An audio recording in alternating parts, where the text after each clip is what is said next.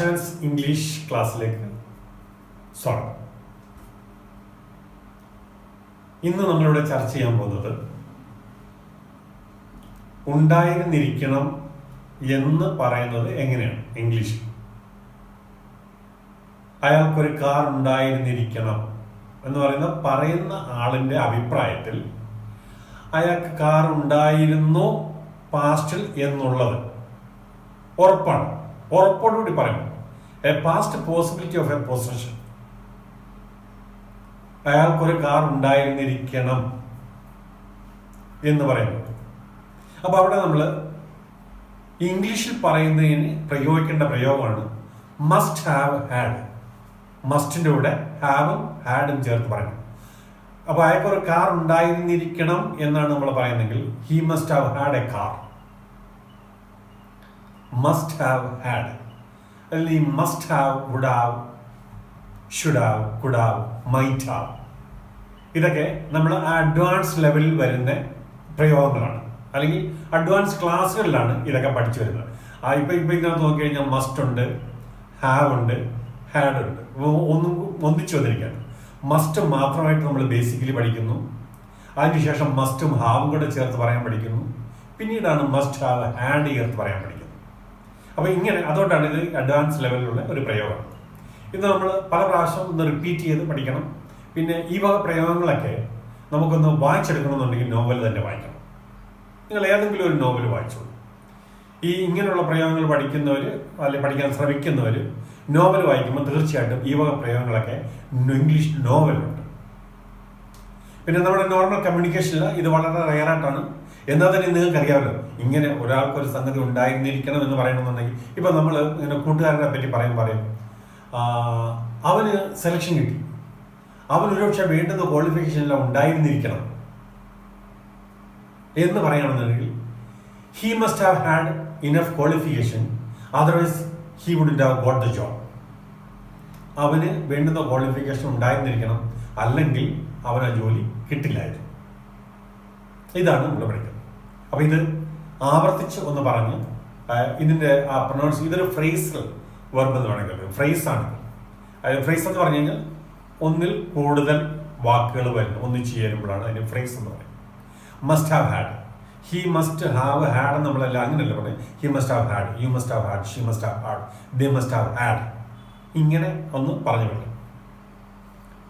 അപ്പൊ ഇനി നമുക്ക് ഇതിന്റെ എക്സാമ്പിൾസ് നോക്കാം. എക്സാമ്പിൾസിൽ നമുക്ക് ആദ്യമായിട്ട് U must have had a passport.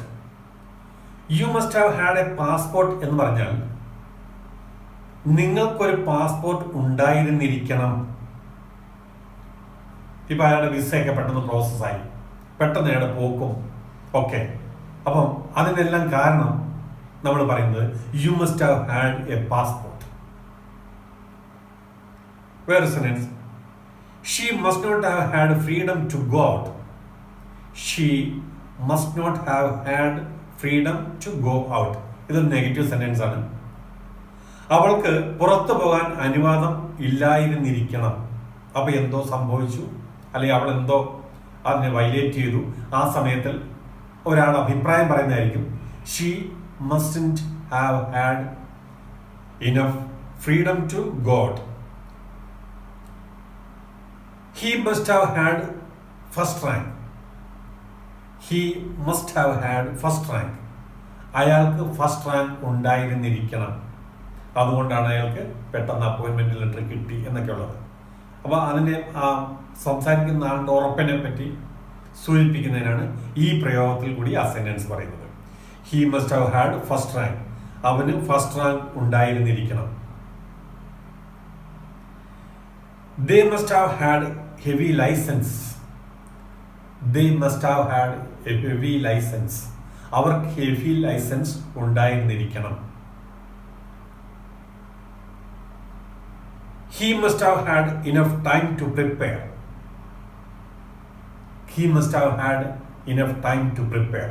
ഒരാൾ എക്സാം ഒക്കെ കഴിഞ്ഞ് വന്നപ്പോൾ നമ്മൾ ചോദിച്ചു എക്സാം ഒക്കെ എങ്ങനെ ഉണ്ടായിരുന്നു. അവൻ പറയുന്നത് എല്ലാം എനിക്ക് ഈസി ആയിരുന്നു, ഞാൻ പ്രിപ്പയർ ചെയ്തതുപോലെ വന്നു.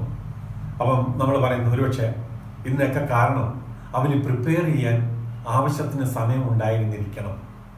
അല്ലെങ്കിൽ ധാരാളം സമയം ഉണ്ടായിരുന്നിരിക്കണം എന്ന് പറയുന്നത്. അപ്പം he must have had enough time to prepare. തയ്യാറെടുക്കാൻ അയാൾക്ക് ധാരാളം സമയം ഉണ്ടായിരുന്നിരിക്കണം. സോ ഫ്രണ്ട്സ്, ഈ മസ്റ്റ് ഹാവ് ഹാഡിൻ്റെ പ്രയോഗം നിങ്ങൾക്ക് മനസ്സിലായി കാണുമെന്ന് വിചാരിക്കുന്നു. ഇതെല്ലാം സിംഗിളായിട്ട് എടുത്ത് പല പ്രാവശ്യം പല വാചകം നിങ്ങളുടെ ഐഡിയ കൂടി നിങ്ങളൊന്ന് എഴുതി ഉണ്ടായിരുന്നിരിക്കണം എന്നുള്ള എങ്ങനെ ആക്കി തീർക്കാം. ഈ ഗ്രാമർ എന്ന് പറഞ്ഞു കഴിഞ്ഞാൽ യഥാർത്ഥത്തിൽ ഇതൊരു വൈകാരിക പ്രകടനമാണ്. സ്പീക്കറിൻ്റെ ഇത് സംസാരിക്കുന്ന ആളിൻ്റെ ആ ഉള്ളിലത്തെ വികാരമാണ് ഈ യഥാർത്ഥ ഗ്രാമറിൽ കൂടി പുറത്തു വരുന്നത്. അതിൻ്റെ കറക്റ്റ് ഗ്രാമർ പ്രയോഗിക്കുമ്പോഴാണ് ആ കറക്റ്റ് എമോഷൻസും എക്സ്പ്രസ് ആവുന്നത്. ഗ്രാമറിനെ പറ്റി അങ്ങനെ ഒരു അഭിപ്രായമുണ്ട് വിദഗ്ധർക്കിടയിൽ. അല്ല നമ്മൾ ചോദിക്കുന്നത് ഗ്രാമർ വേണ്ടുന്നിടത്ത് വേണം.